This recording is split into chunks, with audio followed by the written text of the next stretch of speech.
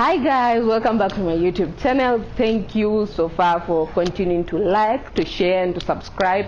I am truly appreciative of that.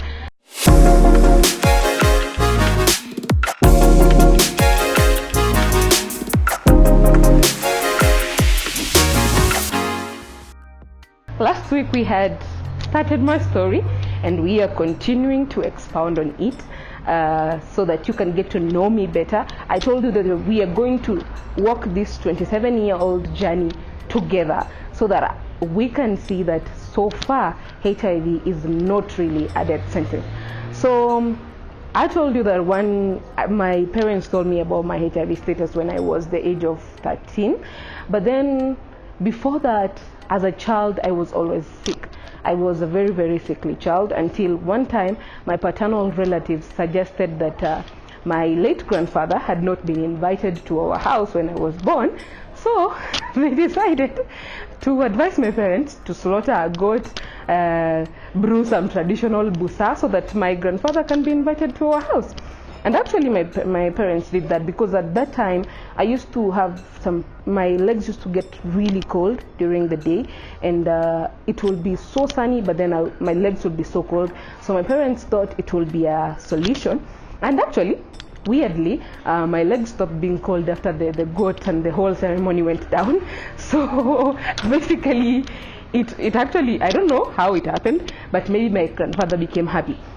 But then again, after I continued growing up, I was always sick. Basically, I spent most of my childhood in hospitals. My parents really never knew what was wrong with me until now when I was the age of 8. Now I got an infection called herpes zoster on my face, and for around 2 weeks I could not really see clearly, and that is when the doctors suggested that I get tested for HIV. So when I got tested for HIV, of course, the test came out positive, and so the ball was thrown to my parents' courts, and they were told they have to get tested too.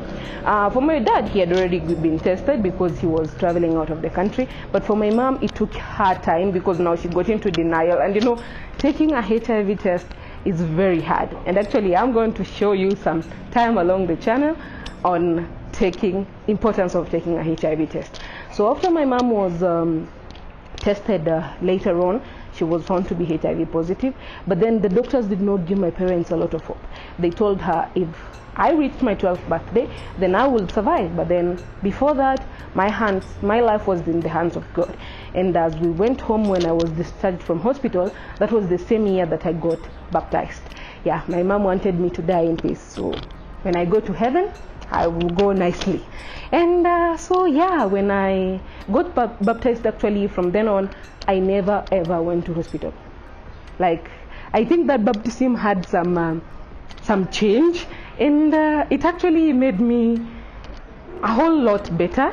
Now that was until when now I reached 13, but in between I was on Septrin and a lot of supplements that people from Nyumbani Children's Home would give me because my mom refused to let me go to live at the children's home.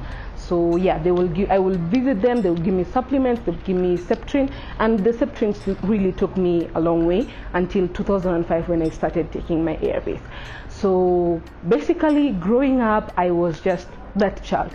But then before my parents told me about my HIV status, one time when I was in class 7, I overheard my doctor ask my mom, when did you know that she is HIV positive? And my mom told him she was born with it.